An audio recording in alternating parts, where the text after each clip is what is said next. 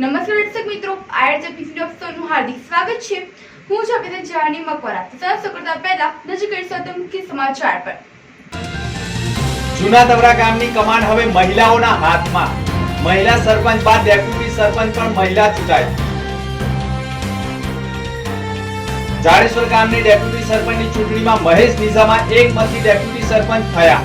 જાડેશ્વર ગામમાં ભાજપ પ્રેરિત બે પેનલો વચ્ચે જંગ જામ્યો હતો। મહેશ નિઝામાએ સામેની પેનલમાંથી એક મત મળતા ડેપ્યુટી સરપંચ બન્યા।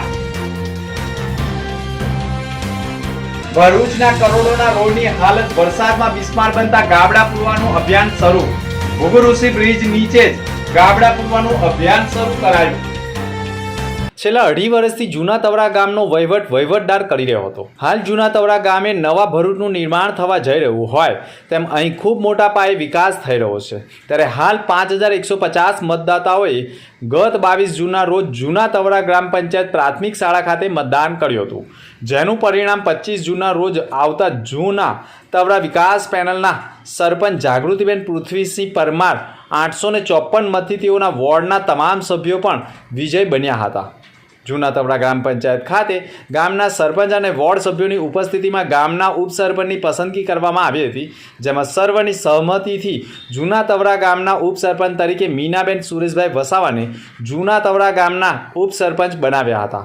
ત્યારે હવે જૂના તવરા ગામની કમાન હવે મહિલાઓના હાથમાં। આવનાર દિવસોમાં મહિલાઓ જ ગામનો વિકાસ તથા ગામના બાકી રહેલા અધૂરા કામો પૂર્ણ કરશે। નેત્રંગ પાસે થવા ગામમાં આવેલા PM શ્રી કૃષ્ણ આશ્રમ શાળાની ગૌરી વ્રત કરતી કન્યાઓને સંસ્કૃતિ સમાજ સેવા સંસ્થાન ટ્રસ્ટ ભરૂચના સેવાભાવી બહેન ભાઈઓ દ્વારા નાસ્તો, સૂકો મેવો, ચોકલેટ, કપડાં, મેકઅપનો સામાન, મહેંદીના કોન, પેન્સિલ વગેરે ચીજ વસ્તુઓનું આપવામાં આવ્યું હતું।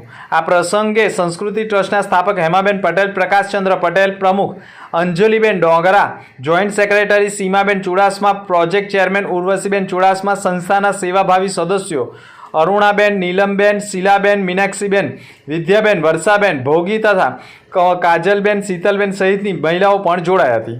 ભરૂચ શહેરમાં મોહરમ પર્વ નિમિત્તે શહીદે કરબલાની યાદમાં કલાત્મક તાજિયાના જુલુસ નીકળ્યા હતા।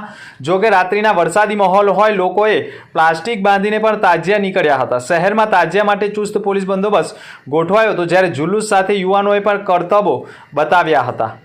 આથી હજારો વર્ષ પહેલા કરબલાના તપતા રણમાં સત્યના કાજે અસત્ય સામે 10 દિવસ સુધી ભૂખ્યા અને તરસ્યા રહી જંગ લડી અસત્ય સામે શીશ ન ઝુકાવી પોતાના અમૂલ્ય પ્રાણોની આહુતિ અર્પણ કરનાર ઇસ્લામ ધર્મના મહાન સ્થાપક હજરત મોહમ્મદ પૈગંબર સાહેબના દોહિત્રો હજરત ઇમામ હસન રહ, હજરત ઇમામ હુસેન રહ તથા તેમના જાબાજ સાક્ષીઓની યાદમાં સદીઓ વીત્યા છતાંય આજે પણ સમગ્ર વિશ્વના મુસ્લિમ સંપ્રદાયના લોકો દ્વારા પરંપરાગત રીતે મોહરમ પર્વની ઉજવણી કરાઈ રહી છે, જેના ભાગરૂપે ભરૂચ જિલ્લા અને તાલુકામાં પણ હજરત ઇમામ હુસેનની યાદમાં કલાત્મક તાજિયા બનાવવામાં આવે છે। ભરૂચ જિલ્લામાં પણ હજરત ઇમામ હસન અને હજરત ઇમામ હુસેનની યાદમાં કલાત્મક તાજિયા બનાવવામાં આવ્યા હતા। ત્યારે યા હુસેનના નારા વચ્ચે શહેરમાં ગત રોજ મોડી રાત્રિ સુધી કતોપર બજાર, દરવાજા, ફાટા તળાવ, ફુરજા રોડ, 4 રસ્તા સહિત આસપાસના વિસ્તારોમાં 40થી વધુ તાજિયાઓનું જુલુસ મોહરમ પર્વના 9મા અને 10મા ચાંદના રોજ કાઢવામાં આવે છે, જેમાં મોટી સંખ્યામાં મુસ્લિમ સમાજના લોકો જોડાયા હતા। જેમાં શહેરમાં મોહરમ પર્વ નિમિત્તે શરબત, દૂધ, કોલ્ડ્રિંક સહિતની નિયાજોના વિતરણ પણ ખાસ કરવામાં આવ્યા હતા। આ વર્ષે ગતરોજ વરસાદી માહોલ હોય આયોજકોને પણ થોડી ઘણી તકલીફો વેઠવી પડી હતી, જો કે પ્લાસ્ટિક બાંધીને પણ તાજિયા જુલુસ નીકળ્યા હતા। વાગડા તાલુકાના સલાદરા નજીક આવેલ પેટ્રોલ પંપ પાસે હાઈવા ડમ્પરને અકસ્માત નડ્યો હતો। બનાવની મળતી માહિતી અનુસાર સાંજના સમયે ભરૂચ તરફથી રેતી ભરેલ એક હાઈવા ડમ્પર, જેનો રજિસ્ટ્રેશન નંબર GJ16AW4361 જે વાગડા તરફથી આવ્યો હતો, તે દરમિયાન ચાલકે કોઈ અગ્રમ્ય કારણોસર સ્ટીયરિંગ પરનો કાબુ ગુમાવતા ડમ્પર રોડની સાઈડમાં પલટી મારી ગયો હતો। જોકે સદનસીબે ચાલકનો આબાદ બચાવ થયો હતો। ઘટના વેળાએ સામેથી કોઈ વાહન આવતું ન હોવાથી મોટી દુર્ઘટના થતાં અટકી હતી, પરંતુ અકસ્માતમાં ડમ્પરને ભારે નુકસાન થવા પામ્યું હતું। ઘટનાને પગલે લોકટોળા ભેગા થઈ જતા માર્ગ ઉપર ટ્રાફિક જામ પણ સર્જાયો હતો। ઘટનામાં કોઈ જાનહાનિ નહીં નોંધાતા સૌ કોઈએ રાહત અનુભવ્યો હતો। ભરૂચના કોલેજ રોડ ઉપર આવેલ હૈયાત હોટલ ખાતે association of occupational health Ankleshwar Bharuch શાખા અને વોર્ડ વિઝર્ડ હેલ્થકેર લિમિટેડ હોસ્પિટલના સહયોગથી રાષ્ટ્રીય વ્યવસાયિક સ્વાસ્થ્ય દિનની ઉજવણી કરવામાં આવી હતી, જેમાં president doctor Mahinath Mishra, branch secretary Mehul Rehvar તથા ઉદ્યોગોમાં કામ કરતા 50થી વધારે તબીબોએ ભાગ લીધો હતો.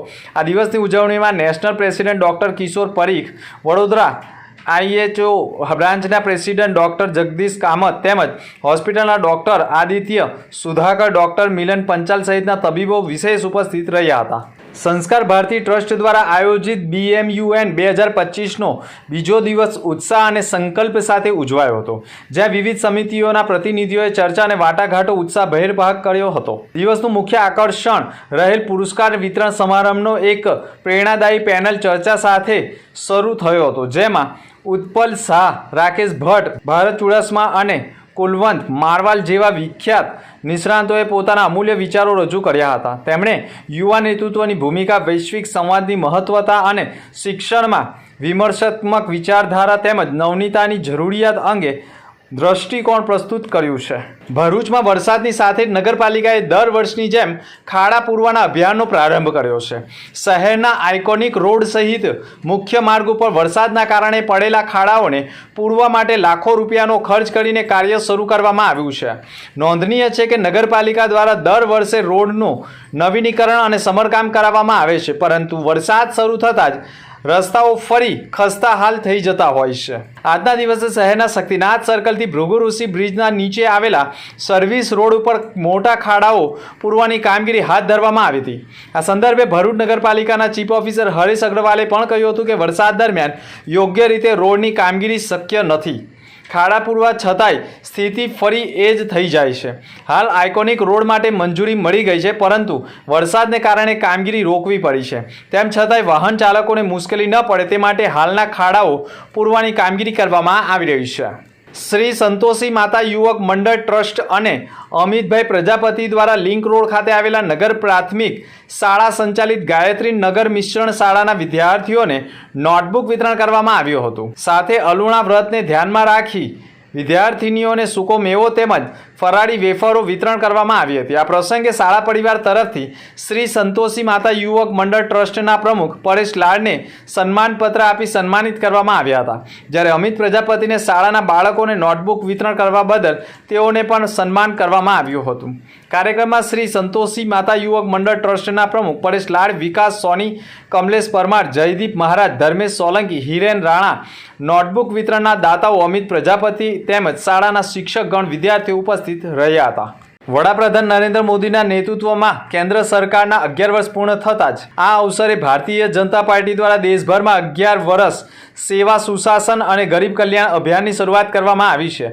આ અભિયાનના ભાગરૂપે ભરૂચના વેજલપુર વિસ્તારમાં ખારવા પંચની વાડી, ગામડિયાવાડ, વેજલપુર ખાતે આયુષ્યમાન અને વાય વંદનાના ભારત યોજનાનો વિશેષ કેમ્પ યોજાયો હતો. આ કાર્યક્રમમાં 153 ભરૂચ વિધાનસભાના ધારાસભ્ય રમેશ મિસ્ત્રી, ભરૂચ નગરપાલિકાના પ્રમુખ વિભૂતિબા યાદવ તેમજ જિલ્લામાં આ કાર્યક્રમ નિરીક્ષક ચંપકભાઈ મિસ્ત્રી ઉપસ્થિત રહ્યા હતા. તેમજ વોર્ડ નંબર 9ના નગરસેવકોમાં ટીનેશભાઈ, સતીશભાઈ, ભારતીબેન અને રોહિણીબેન ભાજપના કાર્યકર્તાઓ પણ જોડાયા હતા.